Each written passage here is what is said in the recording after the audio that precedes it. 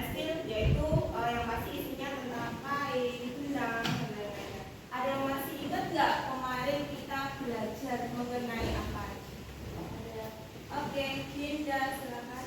Jadi kemarin kita belajar pengertian bahan tekstil, alam dan buatan.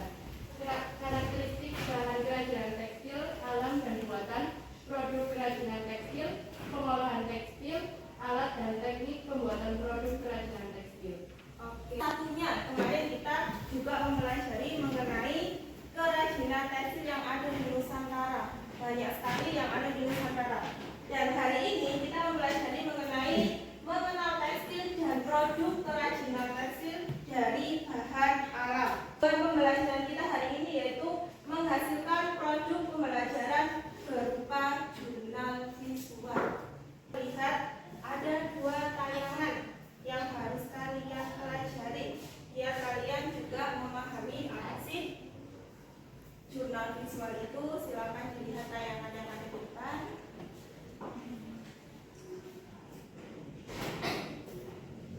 Mungkin ada yang bisa menjawabnya dari video yang pertama. Ya, Bu. Oke, Wahyu, silakan. Apa yang kalian dapat setelah melihat video tersebut?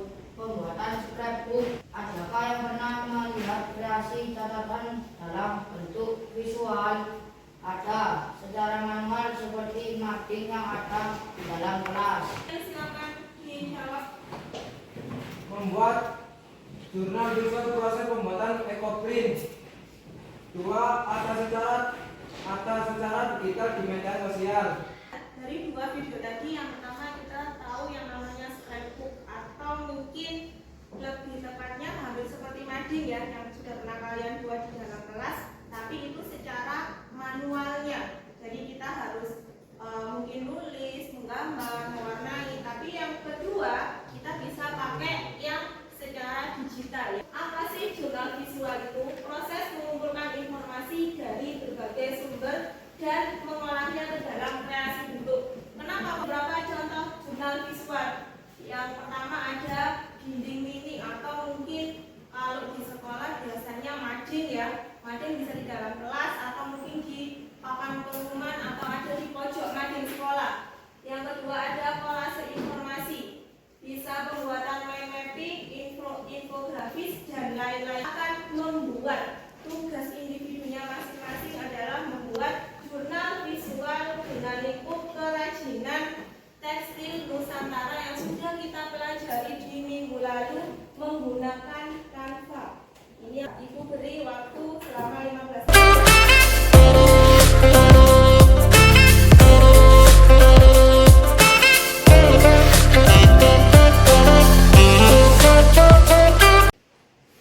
Assalamualaikum warahmatullahi wabarakatuh. Waalaikumsalam warahmatullahi wabarakatuh. Kenalkan, nama saya Fatimah Sari. Saya di sini akan mempresentasikan tentang kain geringsing Bali. Asal usul ulah Doya adalah tenun ikat yang berasal dari suku Dayak Berwan di Kalimantan Timur. Tenun ini terbuat dari serat daun doya yang berasal dari tanaman sejenis pandan. Tanaman ini tumbuh secara liar di pedalaman Kalimantan, salah satunya di Tanjung Isul, Jepang, Kutai Barat.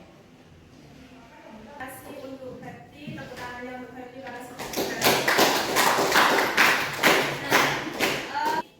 paparan temanmu tadi ya, ternyata kerajinan tekstil Nusantara itu luas sekali ya, dari bentuknya, dari motifnya, dari modelnya, bahkan dari tekniknya, bahkan semua yang ada ya, ternyata ada usul-usulnya.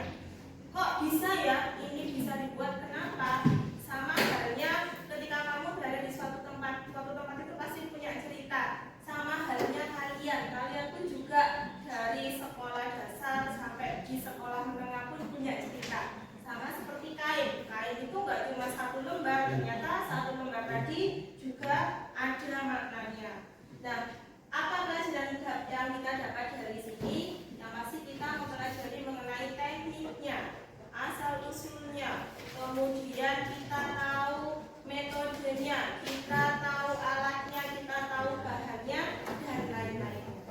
Dari sini kalian bisa memahaminya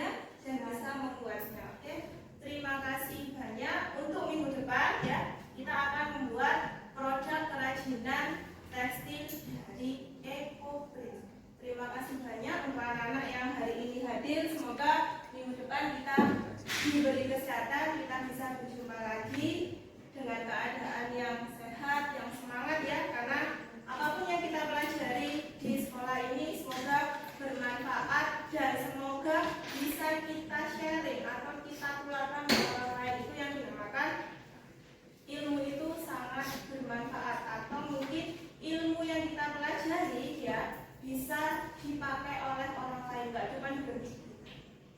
Terima kasih banyak, semoga kita bisa jumpa di minggu depan ya. Amin.